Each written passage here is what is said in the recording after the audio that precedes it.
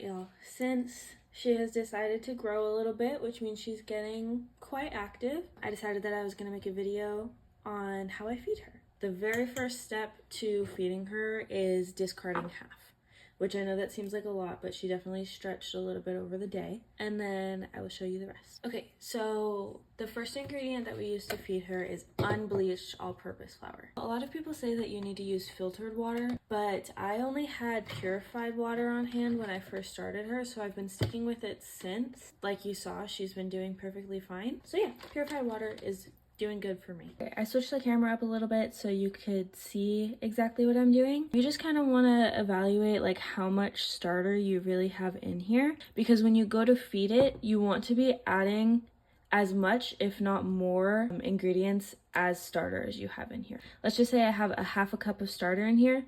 I'm adding at least a half a cup of flour and water. So with the girl I learned from, she didn't really use measurements. I know I'm using a quarter cup right now, but I just kind of eyeball it because, like I said, you want to add at least as much starter as you have in there. So now I'm just gonna add the water. As a measurement, you're gonna be adding about 3/4 of the amount of flour you added, if that makes sense. So let's say I added a cup of flour, I'm adding 3/4 cup of water. We'll see what kind of consistency I end up with. When you're making a sourdough starter, you're aiming for a thick pancake batter consistency. Just to quickly show you the consistency that you're looking for, you can see how it's like pretty shaggy, it's separating from each other, and it looks pretty thick. Once the starter starts to actually eat the flour and water that you just added, it's gonna start looking really smooth again, and it'll start getting a lot thinner. Now that everything's well combined, I'm just gonna throw this girl into the new jar. Another reason why you don't want to leave your starter in a jar that has dirty sides for too long is because if you do that, it could cause some mold to grow on the side of your jar and stuff, and if that gets in your starter, it will kill it.